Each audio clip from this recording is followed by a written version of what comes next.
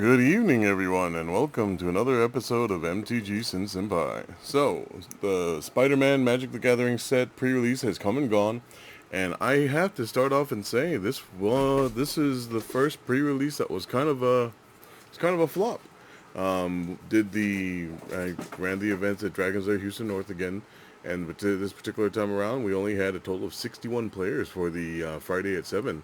And we've averaged like 120 plus some odd players. So I could see that there's a lot of people that were not looking forward to playing my Spider-Man, which it's unfortunate because I do gotta say, ignoring the IP, the set itself was actually a lot of fun to actually play in Limited. I mean, I was definitely excited to play with the cards that I did get. I did pull off some goofy combos, and from what I could tell, when it came to the way a lot of people played, it was not anything that was like super gimmicky or super. It didn't feel like it was a forced set, if that makes sense. As we were actually playing with the cards, it actually did feel like a good functioning Magic set. So I know there's a lot of controversy and a lot of things that were going on with this particular set. But with that being the case, all I can say is the set was definitely a lot of fun. It's unfortunate that it did not perform as well as I believe it could have or it should have. Here's hoping that at least when people actually draft the set and not do the pick two draft, because I understand this is designed for a four-man pod pick two draft. But when this is actually a pretty solid set to draft, I would just draft it like normal. I would not do a four-man draft unless you absolutely have to do a four-man draft, which I believe the only reason they even designed the four-man draft is a combination of two things, right? The fact that this is technically a smaller set with a number of reprints and doubles being popping up a lot, but the fact that a lot of LGSs, from my understanding, don't actually fire their drafts on FNM. And so hopefully, with this being the way that it is, it can at least let some players that are looking forward to draft to at least do a four-man draft. Is it the best draft? No. Ideally, you want to draft with an eight-man pod, but I mean, beggars can't be choosers if you don't have the physical butts and seats to even do an eight-man draft. But anyway, I could rant all night. But with that, let's go ahead. Excuse me. Let's go ahead and crack into our prize packs. This particular time, the haul was nice and substantial.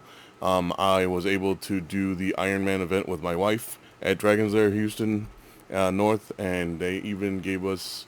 It looks like the new tradition is there's going to be these poker chips that if you do the Iron Man events, you get them. It has a nice Dragon's Lair symbol on it, and then the fact that we got this is pretty cool. I mean, it's something bonus that the store did for the players that did do the Iron Man. And for the people that are new to the channel or not familiar with what it is essentially doing 4 events in a row. 7 in the evening, midnight that same night, 5 a.m. the next morning, and 10 a.m. the next morning. I know the original Iron Man was 5 events in a row, but that's not the easiest for most people. And so we made it a little bit easier just so that more people can possibly attend, and we do 4 in a row.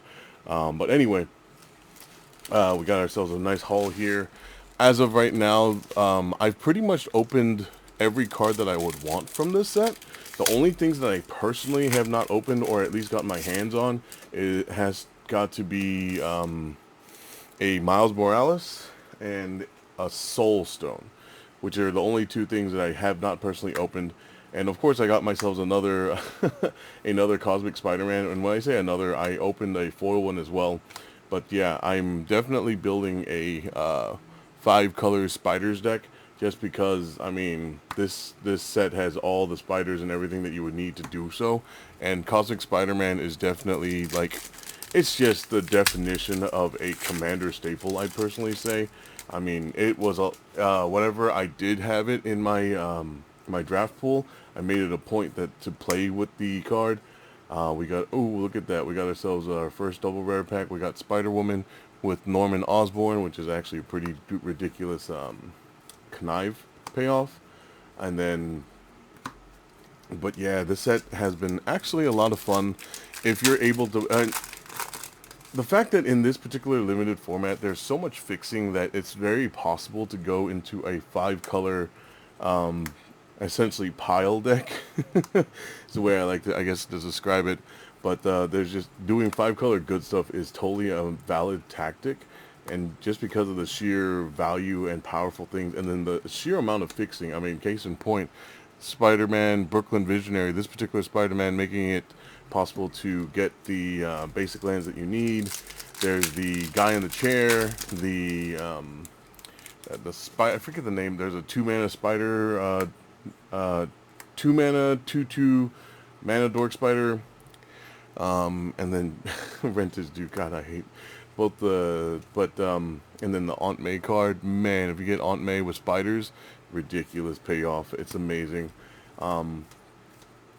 But yeah, there's a good amount of ramp, and of course there's the hot dog cart, which I personally like the hot dog cart as a card. Uh, it's just a solid 3-mana rock and limited, and the fact that it gives you a food token, that life difference is it can make or break a game sometimes. And of course, we got ourselves the Spectacular Spider-Man, which is one of the more fun white tricks. Feed the Swarm, I believe. Oh, that's just a removal. It's my first time seeing this particular one. That's pretty cool. Man, the art for the, I guess, the special guest sheet, actually super cool. Ooh, I just got to point this particular card out because I kept on having to reread it.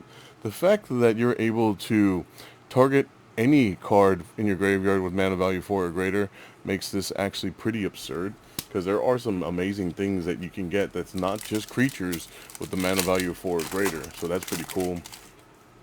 But yeah, as of right now, the only things I need to pull myself personally, or at least from the set that I have not pulled that I want to pull, is a Miles Morales, which, case in point right there, good old Miles Morales. So I definitely got my hands on one, which is super cool. This is a pretty ridiculously good spider.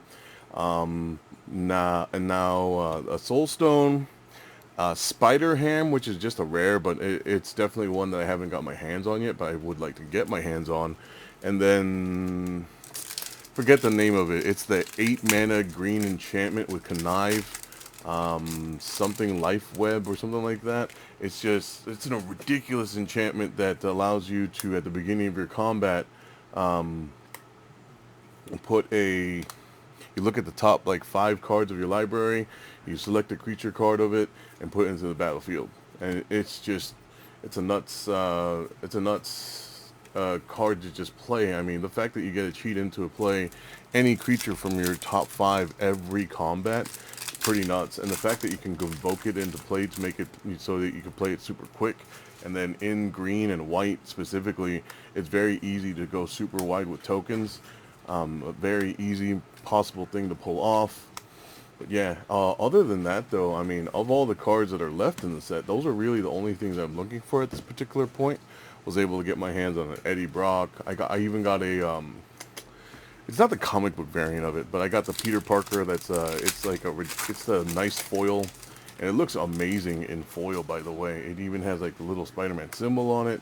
It's pretty cool looking. So, but yeah, let me know what you guys think of let me know what you guys think of the set. Because, like I said, I will admit there is a lot of controversy with the Universes Beyond. I mean, there's always going to be controversy with it, regardless to what we do. But it is what Magic is now. I mean, no matter what we do, no matter what we say, I believe that this is just the future of Magic. I don't think this is going to change. Ever since this entire thing started with the, the Walking Dead Secret Lair years ago, we're just now, it is what it is. I mean, this is the universe that we live in, right? And so with that being the case, let me know what you guys think. Do you think because of this, Magic is going to go downhill?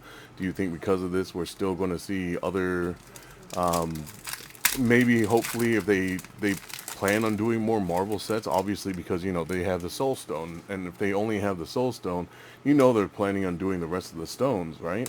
So what other Marvel sets are they going to do, and are they going to execute them properly? So maybe we can voice our opinion to, at least if we can't get rid of the Universes Beyond at this particular point, maybe we can put in our input and be like, hey, for us to make sure that the next set released properly, or the next Marvel set release as well, maybe we can get our voices heard and hopefully get something to change. Now, wishful thinking, yeah, I'll be honest, I will admit as I say it out loud, it's like, what are the chances that those things do happen? But at the same time, I have heard that there are people that have they've mentioned and posted and seeing the things online that potentially it does change the output or change the way the game performs. I mean, the outcry of how the Aftermath set performed totally pretty much got rid of Aftermath, and so that's how we got our the special guest slot, I guess, or at least from the vault slot for the Outlaws of Thunder Junction slot. Because if I remember correctly, the from the vault stuff was going to be effectively a similar Aftermath kind of set of release, which I personally still think Aftermath should not have existed. It should not have been the way they went. And I gotta pause and just point out this particular card. Behold the Sinister Sticks is just a ridiculous reanimate card, and the fact that it's only 6 differently named creatures, it doesn't even have to be villains. Kind of, I mean, it's a small flavor fail, I think, but at the same time, it's like, it's still just an amazing card, and essentially anyone could possibly be in the Sinister Six, right? Because looking at alternate universes, you have plenty of different types of characters that could be considered a Sinister. But with that being the case, I just gotta say, this set's been a lot of fun. The flavor has been pretty amazing. A lot of the art has been pretty amazing. If y'all ever get to see it, the Friendly Neighborhood or Land Aura is just an amazing enchantment. If you're doing draft, always make sure you pick that particular one up, because it can win games by itself, because it makes you dudes and it pumps your dudes. It's a pretty ridiculous aura. And so far, I mean, other than the Miles Morales, I don't think there has been anything other super crazy that we've hit. Let me know what you guys hit, because myself personally, I did see like 3 different people that got the Soul Stone in their promo slot, which I'm like, I will admit I was super envious of. It would be nice to pull that myself. And then of course, multiple people around me got themselves a Soul Stone as well. I even, there's one guy that's like, oh yeah, I pulled 3 different ones. I'm like, oh cool, must be nice, you know. I've done, I mean, obviously I did the 7 pre-releases, and then there's also, my prize packs that I'm opening right now. I'll eventually be trying to get my hands on a collector box as well. Fingers crossed, hopefully I can get one. I mean, from what I've seen, the pricing has been plummeting pretty severely, so hopefully we can get some at a very reasonable price, and then I can make my attempts at trying to get myself one of those textless soul stones, because from what I've heard, someone sold one for like 10 grand already, which, don't get me wrong, I'm not looking to just flip it. I want it just for me, just because I like collecting pretty things and sitting on them. If, heaven forbid, things get to a point where I have to flip it, I mean, it would be nice to know that I have $1,000 piece of cardboard that I could flip when I really need to. But I just want to see one in person, because I've seen the Thanos one, where it's Thanos holding the Infinity Gauntlet with the Soul Stone in it. But I have not personally seen one of the Texas ones. I forget what the exact terminology for the treatment is, but I would definitely enjoy it. Man, I feel like I've been opening packs forever, and I still have so many to go. But I gotta also point out another MVP card, the Gallant Citizen, the 2-mana 1/1 that ETBs and draws you a card. I feel like that card is deceptively good. If you're going to be playing in draft, definitely one of the potential ones you could play. I do enjoy the Mayhem Land. Speaking of which, we just pull it, but it's actually a pretty good one. The Spider Slinging Land, I'm not the biggest fan of, because of the fact that you have to do it at sorcery speed, or the Web Slinging Land, I'm sorry. But I do like the rare lands from this particular set, just because the combination of them, at least the 2 of them, gives you access to essentially all 5 colors. So I'm definitely going to be running that in my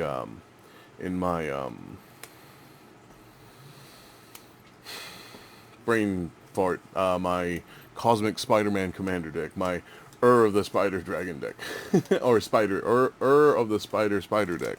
At least that's what I'm probably going to call it.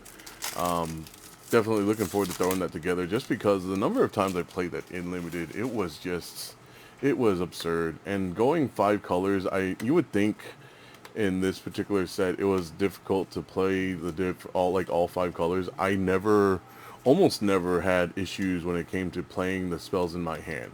Like maybe once I was off by maybe a color, and even then I was able to quickly fix and fetch that within 2 to 3 turns, and able to cast my 5 color bomb with no problems. And it was at a point where it would always like turn the game around as well whenever it was played. I gotta say, Moreland is a ridiculous, amazing vampire villain. Stupidly good card. Anything with X is kind of funny, I personally feel. And then, man, the number of special guest slots that we got has actually been fairly low. I think we got one in all the packs that we've opened. It's actually kind of nuts when you really think about it. And then, we're kind of just chugging along, getting through all these packs. Got ourselves our rares, foils, and mythics, and the sheer number of legendaries in the set is actually kind of goofy, and it's a lot of fun as well. I'm definitely enjoying all the flavor that they put in. The fact that they actually made the Spiders Man card, the one that's it's literally a group of spiders that have the mentality of a man in a Spider-Man suit, which I think is goofy. Also, another amazing card to run in limited if you happen to pull it is definitely this one right here, this Friendly Neighborhood. Ridiculously good card. But what I was alluding to was the what's it called? There's a Sandman rare that you do have to have a land to target whenever you do his effect to return him from your graveyard to the battlefield. But there is effectively an Evolving Wilds in the set. Vibrant Cityscape, I think is what it's called. Got ourselves our Spider Man 2099. But yeah, the Vibrant Cityscape. Ooh, and Spinnermint Spiderling, so another double rare pack. Didn't pull any here, but during the pre-release, one of my packs I had, what was it, 4 rares I think in it? It was just pretty nuts. I had in the foil slot there was a rare, in the special guest slot there was a rare, and then there was back-to-back rares in the rare slot, which was like wild. I've never seen packs like that. It's pretty nuts, and it was pretty fun to pull. Ooh, and speaking of fun cards to pull, we got ourselves an Eddie Brock, a double rare pack as well. The Eddie Brock, I think, is like the definition of Jund value, especially on the backside. Card is ridiculous. Like, this is the definition of what Jund wants to do, and even though it's a Spider-Man related card, it doesn't feel like it's out of place at all, if that makes any sense. Oh yeah, the Vibrant Cityscape, the Evolving Wilds #3 for your budget land fetching needs. Super cool. Alright, only 3 more packs to go. Not too many more chances to pull a either a Soul Stone or Spider Ham. Oh, we got ourselves a Maximum Carnage, which is actually kind of an interesting card, that's for sure. Feel like it would pair really well with Electro in a commander deck, just because of that the tutor, or not the tutor, but the mana acceleration of 3 mana. Because I know I'm sure Electro is going to be one of those goofy fun commanders to just essentially play lands, pump lands into it, and go. Multiverse Passage, the new basic land type shock land. It's actually kind of interesting. Oop, got ourselves another double rare pack. Got ourselves our villains.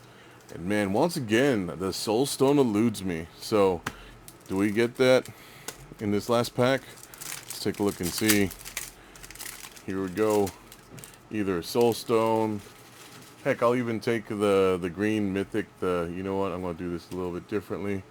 Let's do it backwards. See what I get. You know, we already know commons and uncommons. As far as I know, I don't think there's going to be any commons or uncommons from this particular set that's going to be really worth anything super crazy. I mean, there's nothing that like really stands out to me. I could be wrong. Maybe if y'all think that there's something else, tell me. I'd be happy to look into it. We got ourselves a Craven and a Masked Meower. So that means this is just a land, and we did not get anything too crazy. Which, it's not even a spider land, which is unfortunate. We didn't get anything super crazy, or, I'm sorry, we got some pretty decent things. Don't get me wrong. I mean, the Eddie Brock, the Miles Morales, those things are still pretty cool. The fact that I still have not opened my Soul Stone yet makes me a little sad, but you know what? It is what it is. I do plan on drafting this set every FNM. Hopefully there will be people out there to play this in our FNMs as well. But in our prize packs, we did get some pretty I mean, the cards look amazing. We didn't pull any in this particular pull, but the ones that have it's the sagas with the comic book background or the comic book layout, they actually look really good. Initially, you would think it would be a little hard to read, but it's actually not too bad. I mean, they're pretty straightforward. I mean, if you've read a comic book, it's pretty obvious how you should read the card, right? And then overall, I definitely enjoy the set. And there it is. It's our Miles, our special guest. Yep, we only got one special guest. Crazy. All right, so rares and mythic recount. We definitely got some fun one. And I totally forgot about Norman Osborn. I mean, Norman is still pretty powerful. And then we got his ridiculous Green Goblin form, which is just nuts. Then we got Cosmic Spider Man, which is going to be like, it's fun. I'm definitely going to be, like I said, I'm going to build my commander deck with that. But I already have a foil one, so that's super cool. Got ourselves the Miles Morales, and then the Ultimate Spider Man variant, and then two of the Behold, the Sinister Six, and an Eddie Brock, which is the definition of Jund. And then our rares and everything else. I mean, still haven't pulled a Spider-Ham, which I'm surprised. I mean, you would think with such a small set. I mean, and actually, I didn't get too many reprints as well when it came to the rares in this slot, or in the rare slot. I mean, I know I got a couple of Mysterios. I got a couple of the, what's it called? My brain's not thinking right now. The Memories of Craven. But overall, there wasn't too many egregious reprints so far, or not reprints, but duplicates of the same rares. I mean, a couple of these I only have one of. Then I think the Mysterio, Lizard, and a couple others were like multiples of. But regardless, that's the end of this particular video. Let me know what you guys think. Let me know if you guys did go to the event. If you had a good time or not, and if you didn't go, let me know why you guys decided not to go in the comments. I'd like to hear what everyone's thoughts on that. But beyond that, thank you guys so much again for taking the time. If you made it to this point of the video, I appreciate you guys taking the time to watch my content. I will try my best. I'm going to strive to do my best to get some more out there. I do plan on going to MagicCon Atlanta this coming weekend. So if you guys are out there, come on by. I'm going to be helping out another one of my, another store. It's a friend of mine's store. It's called Mage's Sanctum. Come on by. We have a booth. Check us out. And thank you guys again. I appreciate it. Never forget. Senpai didn't notice. Have a good night. Bye.